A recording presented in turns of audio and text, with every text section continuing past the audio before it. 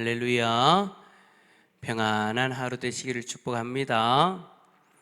오늘 말씀의 제목은 우선순위입니다. 여러분, 우리는 언제나 삶의 우선순위를 가지고 살아갑니다. 어떤 이는 우선순위를 눈에 보이게 드러내고 그렇게 살아가기도 하지만, 또 어떤 분들은 자신의 그 우선순위를 드러내지는 않지만 결정적일 때 그 우선순위대로 살아가는 모습들도 있죠. 저도 마찬가지고 여러분들도 마찬가지로 그렇게 우선순위를 정하고 살아가듯이 바울도 마찬가지로 자신만의 우선순위대로 행하는 사람이었습니다. 오늘 본문을 보면 그러한 우선순위가 명확하게 드러나죠. 그런데 여러분의 우선순위는 어떤 기준으로 정해지나요? 우리가 우선순위를 정하는 그 기준을 보면 내가 어디에 가치를 더 두냐에 따라서 그렇게 정해지는 것 같습니다. 만약 우리가 내가 간절히 원하는 것을 기준으로 우선순위를 세우고 살아간다면 언제나 나를 중심으로 그렇게 살아가겠죠. 대부분의 사람들이 우선순위 기준을 자신의 욕구로 정하고 살아갑니다. 그래서 언제나 내가 원하는 대로, 내가 하고 싶은 대로 그렇게 살아가려고 하는 거죠. 오늘 본문에서 바울도 간절히 원하는 것이 있다라고 그렇게 고백합니다. 그리고 그것을 행하고 싶다라고 자신의 그 마음을 비치기도 하죠. 바울이 간절히 원하는 것이 뭐였냐? 그것은 바로 바울이 로마로 가는 것이었습니다. 바울은 로마로 가서 그곳에서 있는 성도들을 만나고 그들에게 복음을 전하고 그들의 말씀을 가르치는 것을 간절히 바랬습니다. 만약 바울이 우선순위의 기준을 자신의 욕구대로 정하였다면 곧장 로마로 달려갔을 거예요.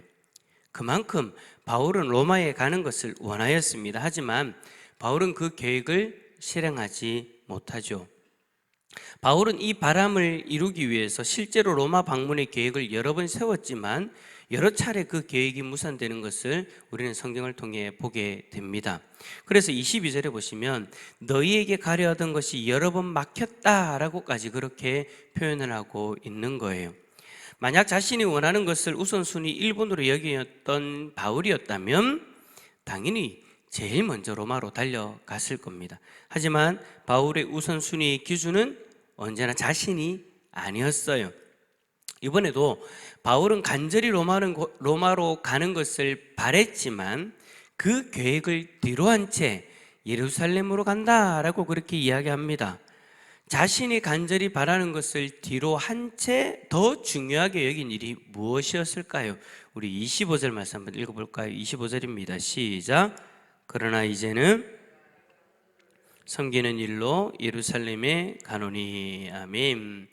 바울에게 있어서 우선순위는 자신이 아니라 언제나 성도였습니다. 바울은 자신이 바라는 것을 행하여서 자신이 기쁜 것보다 성도들이 원하는 것을 하여서 성도가 기뻐하는 일을 우선으로 행하는 사람이었다라는 거예요. 여러분 26절 한번 보실래요? 이는 마게도냐와 아가야 사람들이 예루살렘 성도 중 가난한 자들을 위하여 기쁘게 얼마를 연보하였습니다. 그리고 27절에도 보니까 저희가 기뻐서 하였거니와 라고 그렇게 기록하고 있습니다. 바울은 자신을 이방인의 선교사라고 부를 만큼 이방인들을 위한 그 마음이 각별했던 사람이었습니다. 그들을 위해서 목숨을 걸고 복음을 전하였고요, 그들이 신앙생활을 올바로 할 수 있도록 자신의 모든 것을 희생했던 사람이에요. 그래서 그들이 기뻐하는 일이라면 자신이 간절히 바라는 것을 뒤로 미루고서라도 그것을 제일 먼저 행하였던 사람이 바울이었던 것이죠.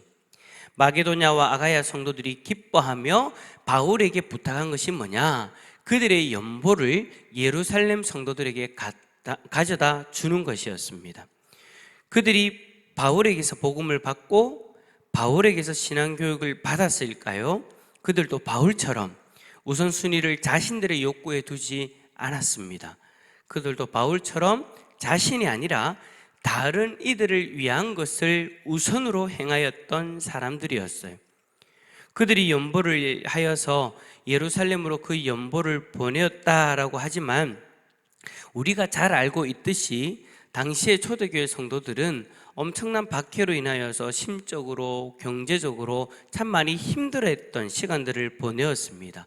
하지만 그럼에도 불구하고 자신들의 안위를 위해 그 돈을 쓰려고 한 것이 아니라 예루살렘 교회 성도들 중에 가난한 이들을 위해서 자신의 것들을 아끼지 않고 헌신할 수 있었던 것이죠.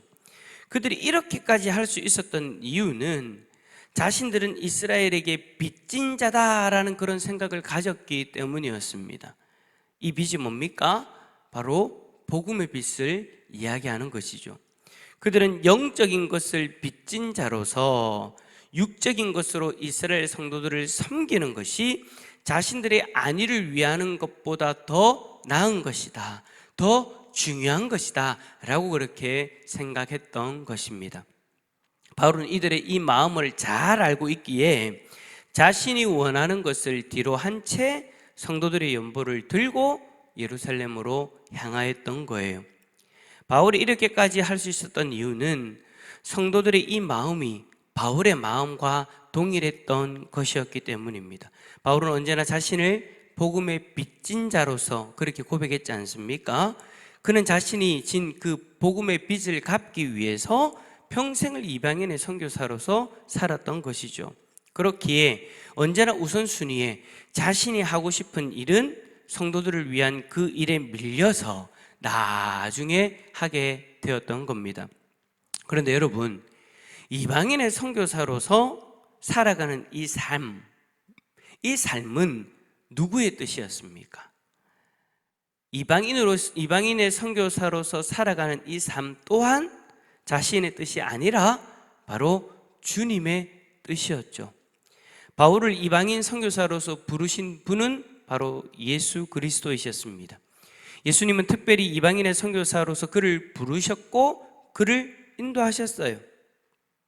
바울이 로마로 가려고 했던 그 계획을 가지고 움직일 때에도 주님은 그의 계획을 틀으셨고 그가 원하는 대로가 아니라 예수님이 원하는 대로 복음이 필요한 또 다른 이방인들을 위해서 바울의 발걸음을 옮기셨죠.